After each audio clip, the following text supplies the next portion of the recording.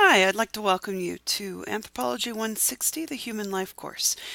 You have all accessed this class through my courses on Learn, so I'm not going to go into any of the details about how to access Learn. Please do keep in mind that this is a second half only course, which means that our pace will be about twice as fast as it would be during a normal 6 week term. The pictures on this cover slide represent the various stages in the Human Life course, and we are going to spend the first part of our semester kind of making sure everybody's on the same page with regards to their understanding of evolutionary theory. And then we'll talk about specific points in the Human Life course and the kinds of decisions that we have to face at those specific points. A little bit about myself. First off, before we get too far into this, I do have Tourette syndrome. Tourette syndrome is a neurological disorder that's characterized by persistent chronic motor tics and vocal tics. You won't obviously notice my motor tics when we're in this kind of context. My vocal tics, however, do often come to light when I'm recording lectures.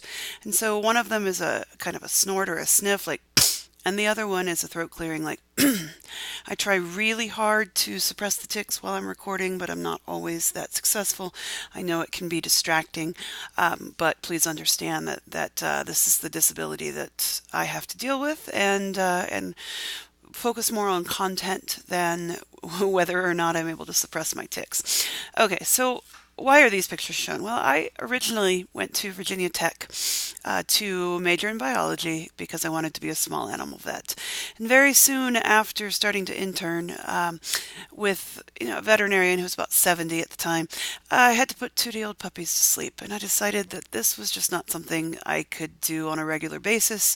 And I decided small vet practice was not for me. At the time in Virginia, the only kind of vet med that I knew about was small animal and large animal, and I knew I didn't want to help cows give birth. So I decided I was going to work with monkeys.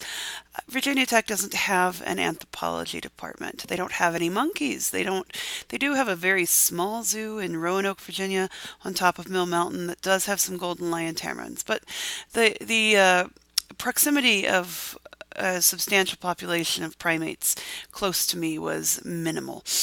So I did an independent study, started studying up on anthropology as a whole, and specific areas of the world where I wanted to work, predominantly Southeast Asia, and applied to the top 5 primate programs in the country, and needless to say, did not get in because of lack of experience. After that, I went and volunteered at a gibbon sanctuary north of Los Angeles, got some experience and the very beneficial knowledge that I do in fact enjoy working with non-human primates, and reapplied, broadened my the schools to which I applied, and got in at UNM.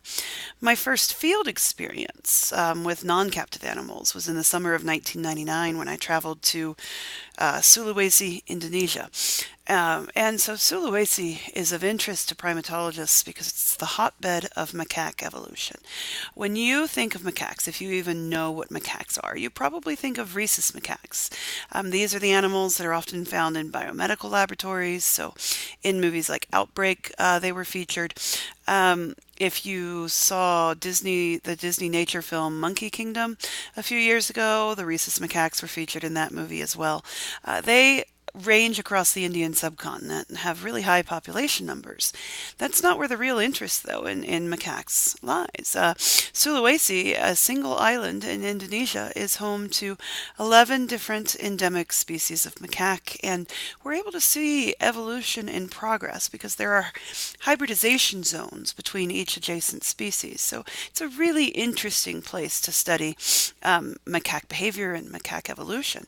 At the north end of the island, if you remember a few years ago, there was a macaca nigra, the black macaque, that took a photographer's camera and took selfies, and those were posted all over the internet.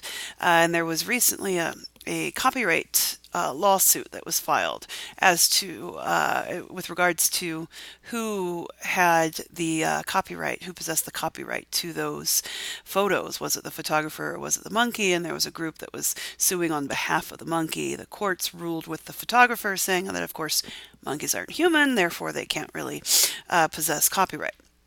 Anyway, the top left picture here is the village that I stayed in. I was staying with a group of people who are the Bajau people. They are historically fishermen. They don't really like to go into the forest, so we had some rough negotiations to get some forest time. This picture looks really idyllic, but it's kind of a trick of the lighting. There were about 8 huts over the water. Each hut had 2 rooms. One room was where you cooked and entertained. The other room was where you slept. And there was a hole in the floor in the other room. And that hole in the floor was for all of your bodily waste functions. I thought, no, I'm not going to do this. I'm going to be sustainable. I'm going to be, eco-friendly. And the first time I had to use the restroom, went out into the woods, leaned up against a tree, and consequently got fire ants in my pants. So after that, I very quickly decided I would just go in the hole in the floor and see my ways to go out to the ocean, just like everybody else. From that picture, you can see the encroachment of these palm trees that are very close to the shore.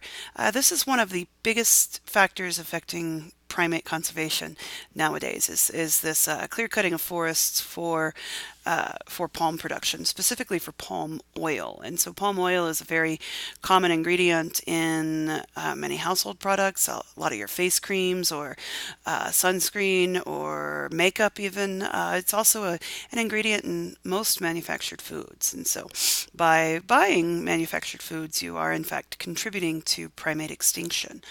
The bottom right picture shows a much, much younger me. This is going on about 20 years ago almost, with our cook, Ju Maria. She cooked for us, she cleaned for us, she did our washing, she just kind of mother henned us. And then the bottom left picture shows Merlin, who was a captive macaque, Macaca tonkiana, the Tonkian macaque. This was the specific species for which we were doing a census of the reserve, which is that forested area pictured in the top 2 pictures. Merlin was never able to be released back into the wild because her favorite food and beverage were Oreo cookies and Coca-Cola, and you don't find groves of Oreo trees in the jungle. After I got back from Sulawesi, I settled on my research topic for my dissertation and ended up working with captive baboons in San Antonio, Texas. There's a facility in San Antonio that is now called Texas Biomed, but then was called the Southwest Foundation for Biomedical Research. I worked with their breeding populations, so none of the females who were in my sample had any experiments being done on them.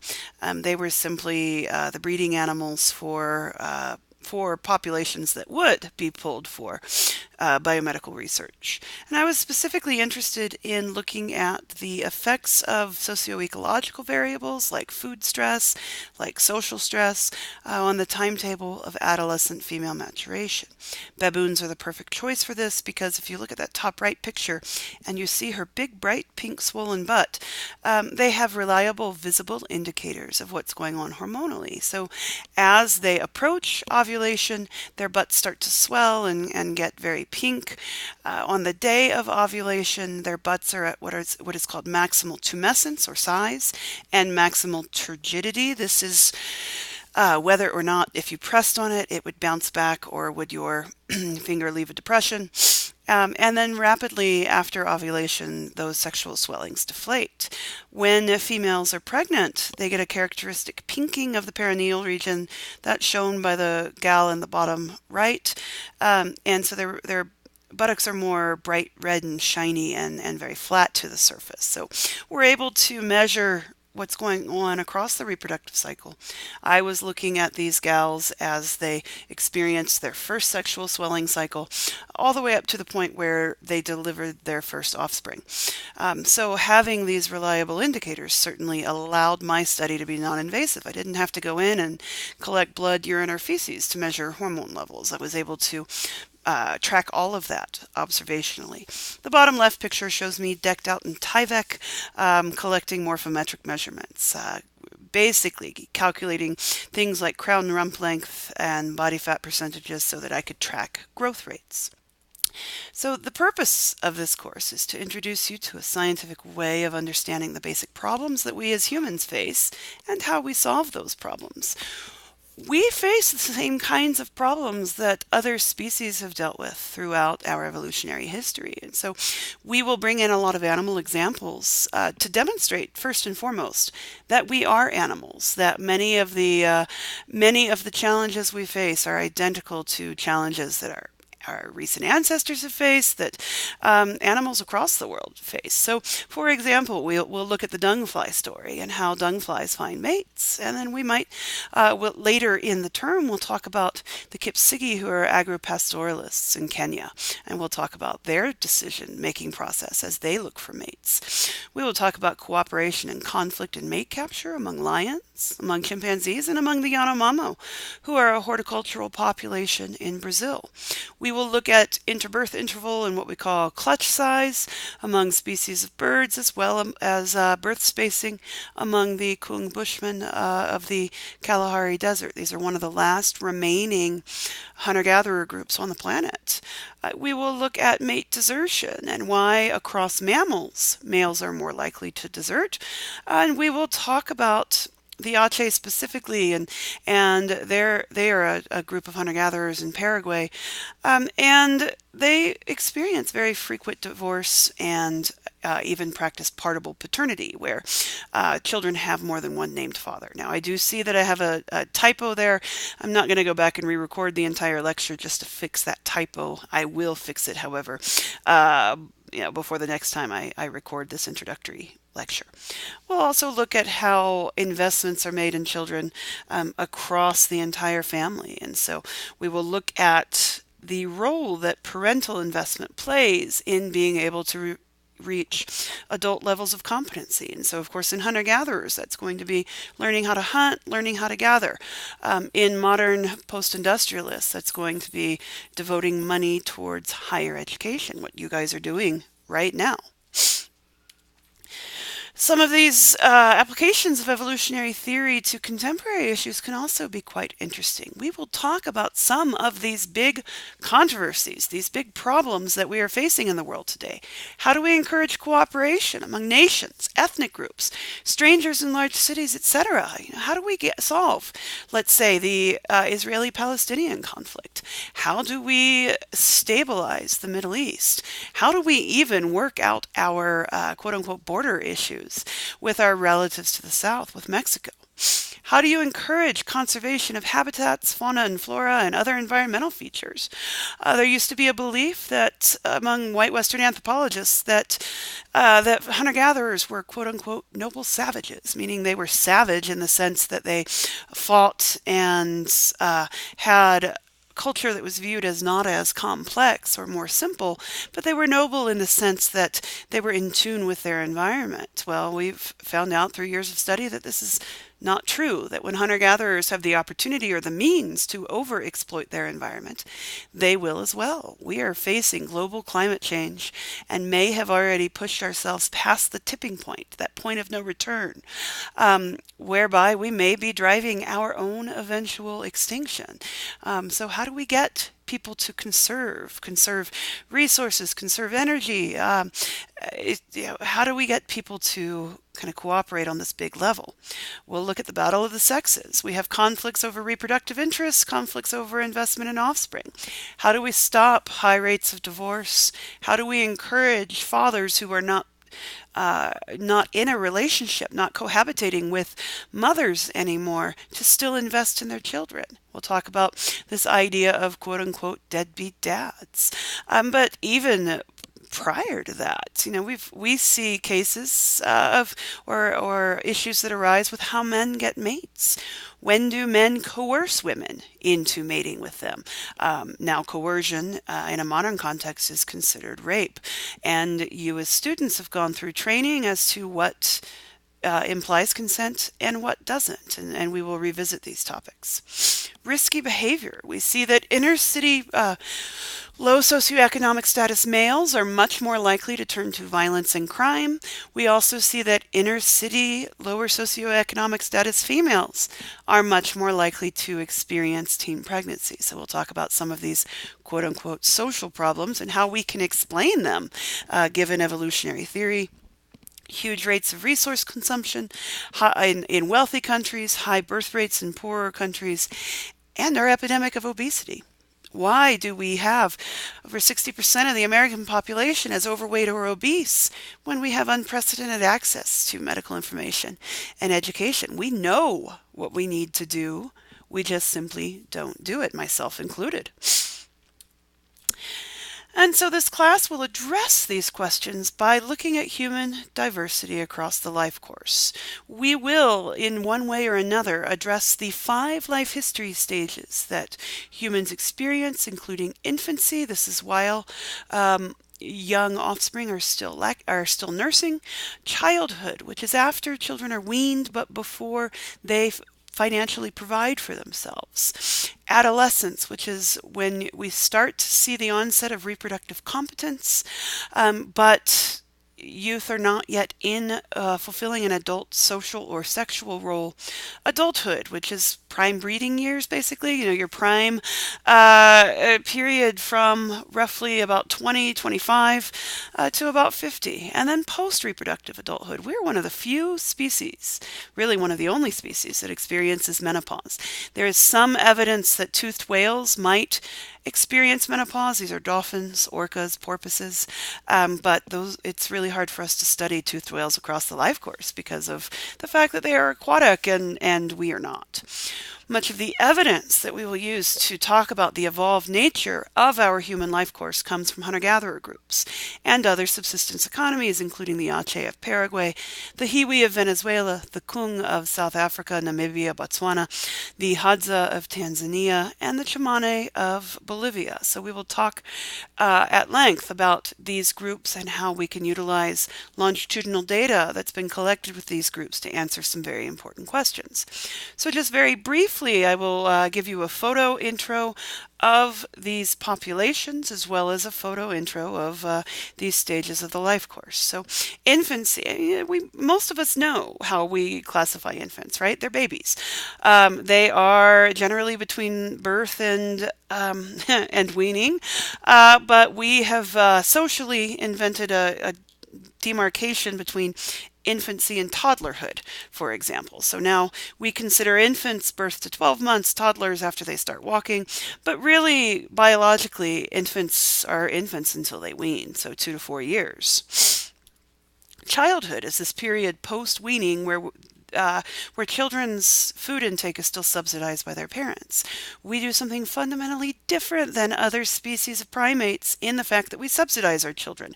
We provide them food. We provide them the resources necessary to grow and learn.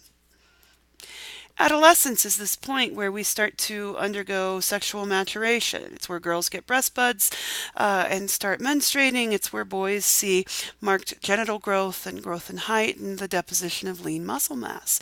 And we will look across a wide variety of cultures to see how adolescence progresses and how adolescence is demarcated and perhaps even celebrated.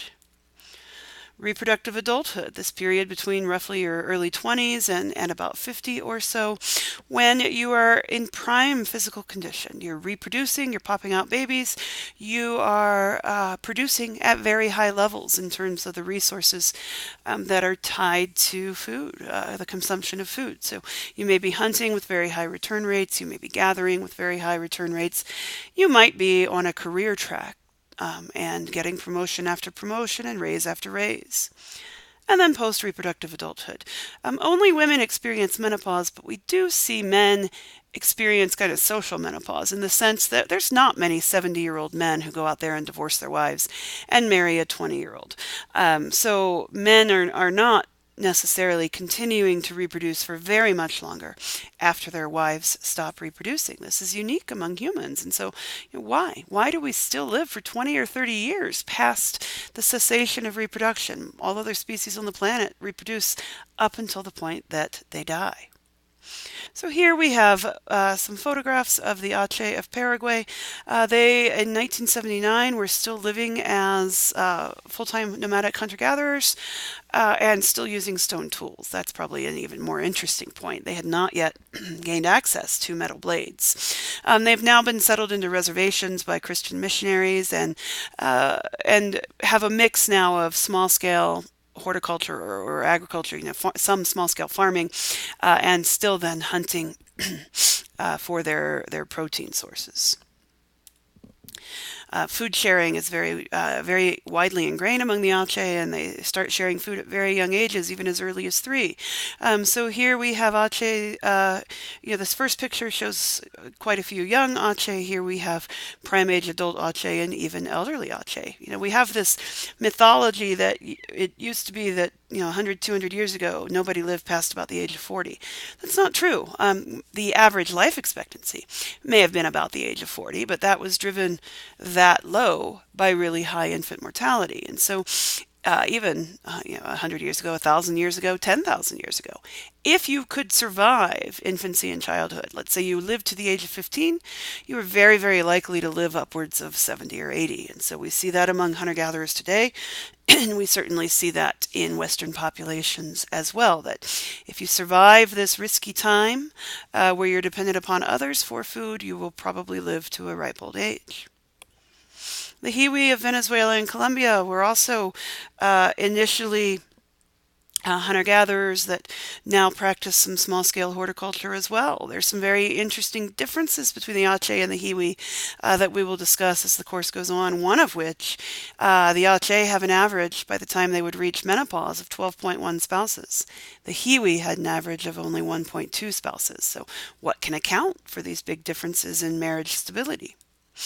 The Kung of the Kalahari Desert, South Africa, Namibia, Botswana, etc. These were considered at the point of contact to be one of the last quote-unquote relic populations of hunter-gatherers. At the point of contact in the 1950s, they were still using stone tools. They led a very hard life by modern standards. However, we'll watch Nye's story of a Kung woman later in the term, and you'll see that Nye didn't know hunger until after she was settled into reservations. And so you'll get to see firsthand how her life changed from the 50s when she was a young girl, pictured on the right, to the 1970s when she was living as an adult, settled in reservations. And so more pictures of the Kung as traditional hunter-gatherers. The Hadza of Tanzania are celebrated as quote-unquote obligate big game hunters. Most hunter-gatherer groups will take both small game and large game and utilize different hunting techniques to do so. The Hadza generally eschew small game and only go after large game. This is not the case for very many hunter-gatherer groups. So we used to think that all hunter-gatherer groups were big game hunters. But as we studied more and more populations before being settled into reservations, we learned that the dietary breadth, how many species they exploit, the size of the species they exploit, varies widely among hunter-gatherers. There's some interesting research being done now with the Hadza in establishing what is a traditional quote-unquote paleo microbiome. We all have gut dysbiosis. We have an imbalance in the kinds of bacteria that live in our guts, and that affects many of these long-term chronic health problems like diabetes, heart disease, even obesity. Our microbiome in our gut determines what we crave. It determines how easily we process foods and what's kind of allocated towards fat, what we poop out, etc. And so a lot of research being done with the Hadza diet and this quote-unquote paleo lifestyle.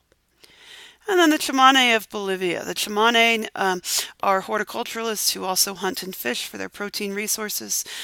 Prior to this year, we had a joint program between UNM and UC Santa Barbara that was called the Chamane Health and Life History Project. The faculty member who worked with the Chimane, Hilly Kaplan, has since relocated to Chapman University in California. So there are still some graduate students here at UNM who are doing their dissertations with the Chimane, but there's no longer availability of like undergraduate work study or anything like that. So unfortunately, we've lost this very valuable program. But the Chimane have been studied extensively with respect to things like parasite load, heart disease, of which they have none. Only one person has died from heart disease in the Chimane in the time that they've been studied. So we get a lot of questions answered about longevity and chronic health problems through the Chimane. And then lastly, these life history stages in modern America. We've got my youngest, Max, in the top left when he was about 4 months old. We've got myself in that middle picture. I was the one with kind of the frown or smirk, with my brother's hand above me, waving. So I've got that short bob. We've got my daughter who's in the throes of adolescence over here on the right with her volleyball team. My husband as prime reproductive age, his father as post reproductive age, and then bottom right, my mother as post reproductive age. So, I mean, the point of these slides isn't so that you can stalk my family, right? No, it's to demonstrate that these same life history stages still have key significance in modern times. So, yes, we're going to spend a lot of the semester talking about hunter-gatherers, but we are also going to relate all of these big issues to problems that you still deal with on a daily basis. It's one of my reasons, it's one of the reasons why this is one of my favorite classes to teach, is that these ideas, these topics are still pertinent to your life today.